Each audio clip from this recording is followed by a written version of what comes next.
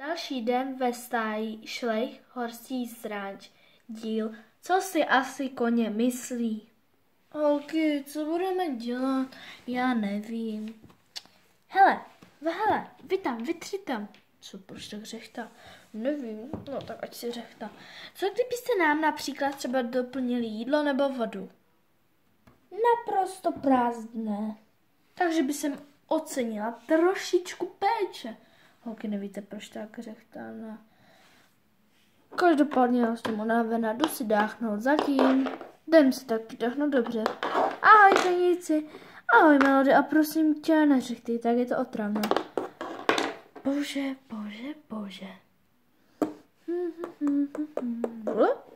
Cože? Fuj, magie, ty vypadáš jako prase. No tak co čekáš? Jsi tady pořád, kdybyste byla pořád zavřena v boxu a nudila ses, prostě mohla bys tady jen prostě stát a tak. Tak co? Tak kdyby ses vyválila. Ježiš, magie, to tě zase musím umývat, ty mi přidáváš práce, bože. Ježiš, to je fakt hrozná. Co? Dixie, neokusuj ty dveře. Pak se ředitelka diví, co tady děláme. Už viděl se tak děsně nudím, dej mě do výběhu. Za to máš karanténu. Nikdy už prostě celý týden budeš jenom v boxu zatím. No bože, proč to jen okusuji? Máš recht. Proč jako máme venkovní výběh, když nám vůbec jako neotevírají, pořád jenom box. To je fakt úplně na zbláznění. Když to tu otevřou, no tak to je prostě bomba. Hele, Napoleono, kdo tě pustil ven a mazej do boxu, nebo ti tam naženu sama. Vyber si. No tak si mi tam nažeň. Tak je dobře, ať je po tvém. Běž do toho boxu, ale mně se tak nechce. Běž, nehraj tu mrtvého. A zůstaň si tam hezky. Tak. A máš karanténu. Maguško, pojď ke mně honem. Ježišmarja. Jestli budu ignorovat, tak snad odejte. Maguško. O 5 hodin později. Maguško. Že se za tebou půjdu, snad přestaneš. Maguško. Bože, jako kůň má nejhorší život. Maguško, já se s tebe zblázním, ty jsi tak rozkošná. Každým dnem si sladčí a sladčí. Nech mě. To je jedno, už jsem se pomazala dost. Bože. Melody. Bože, co zase po mně chce. Jdeme trénovat na pacifickou steeplechase, to nás sedlo. Tak za 5 minut jsem tady. Griffel. Ano, mami? Mám 5 minut na útěk. A jakou navrhuješ strategii, mami? No, promýšlím to a teď ti to řeknu. Prostě pryč! Mami, počkej, já chci taky. Jdeme!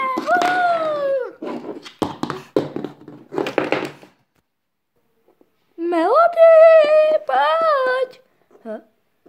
Kde je? Kde je Griffel? Co to má jako být?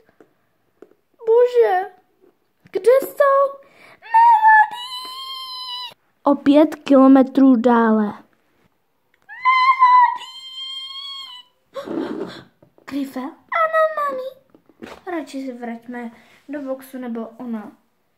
Víš, co se jednou stalo, jak jsem utekla? Ne, mami, nevím. Normálně já jsem utekla. Byla jsem tak o 10 kiláků trošku dál.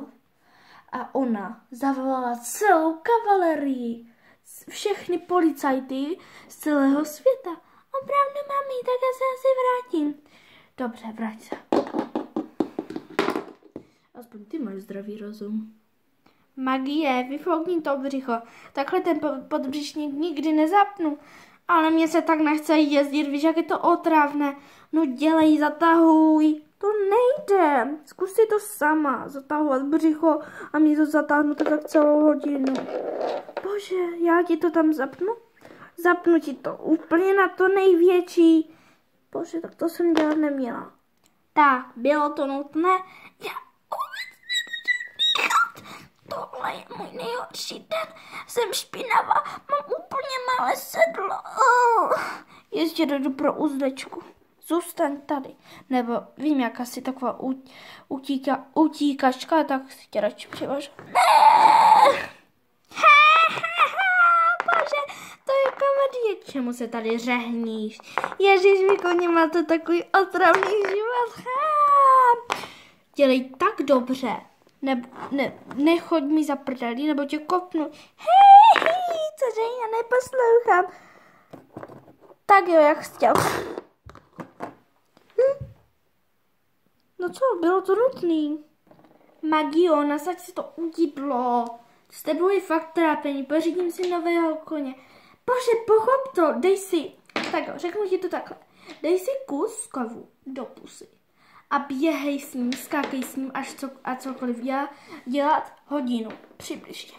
Bože, neřechtej mi tady, dej si to už do té huby. Já nemám žádnou hubu, ale mám krásnou načořenou pusínku. Co, bylo ti to nutné tam rvát osobně? Ano, bylo. Tak a teď dávej pozor, ať můžu nasednout. Tak to je můj asi nejlepší den v životě. Co děláš? Ty hraješ mrtvou? Ne, já jen mám západ smíchu.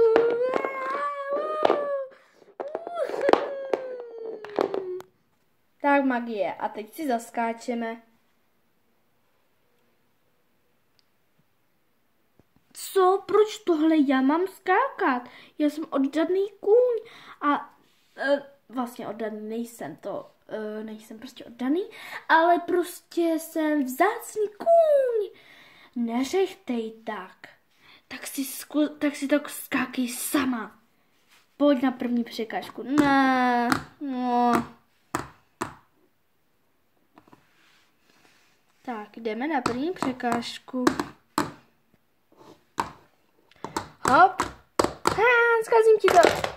Co děláš, ty trubko? Tak, jedeme znovu. Pomaličku, no pomalu vlastně ne. Ale prostě to skoč magie. No, dobře.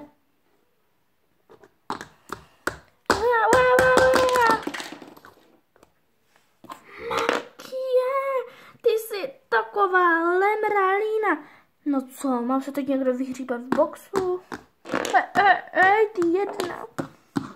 Já nechápu, proč jsem si kupovala koně.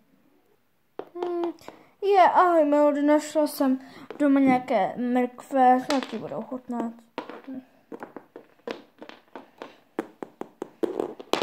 Mrkve.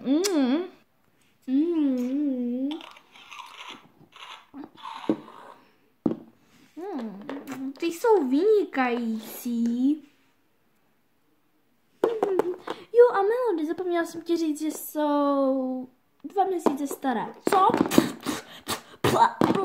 Co jsi mi to dala? Já nejsem odpadák nebo nějaký kompost. No, snad ti to chutnalo zatím. Už si připadám strašně jako poslední dobou prostě jako odpadák, kompost a mnoho dalších takovýchhle věcí. Jdu na terapii. Mami, kam jdeš? Neboj se, zlatíčko, jdu na terapii, za chvilku se vrátím. Už by jsem to měla vyjít. Tak, tady. Terapie u velké a mocné Dixie. Pojďte dál. Dobrý den.